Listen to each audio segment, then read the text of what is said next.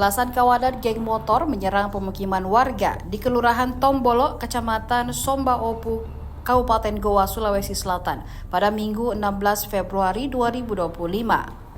Aksi penyerangan tersebut menggunakan busur panah oleh belasan remaja kawanan geng motor. Peristiwa itu menyebabkan 3 orang remaja terkena busur panah pada bagian wajah dan kaki. Personel Polsek Somba Opu yang tiba di tempat kejadian perkara langsung mengidentifikasi dan mengevakuasi para korban ke IGD Rumah Sakit Umum Daerah atau RSUD Syekh Yusuf. Kelompok diduga geng motor itu juga merusak kaca jendela rumah warga menggunakan batu. Salah satu korban bernama Andika Putra mengaku sedang mengendarai sepeda motor.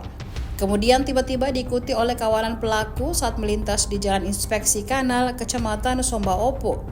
Lalu para pelaku langsung melarikan diri menggunakan motor. Sementara itu, Kanit Reskrim Polsek Somba Opu Ibtu Roswanda mengatakan setelah menerima informasi, pihaknya langsung mendatangi tempat kejadian perkara. Setibanya di TKP, polisi menemukan korban yang telah terkena busur panah.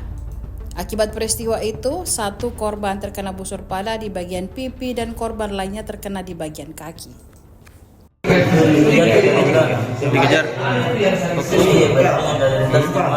dari atas masuk. Terus tiba-tiba dia langsung busur.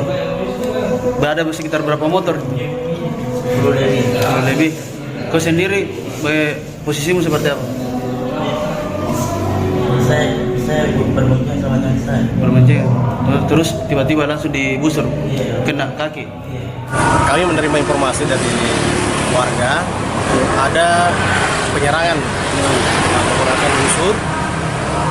Kemudian kita ke TKP, kami dari Somboku bersama dengan Jatan Ras Polres Goa. Sekiranya di TKP kami menemukan korban sudah terkena busur di bagian pipinya sebelah kiri, kemudian salah satunya di mata kaki. Selanjutnya kami bawa ke rumah sakit.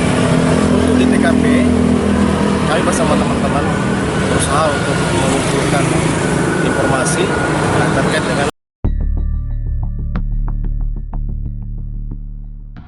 Download Tribun X sekarang, menghadirkan lokal menjadi Indonesia.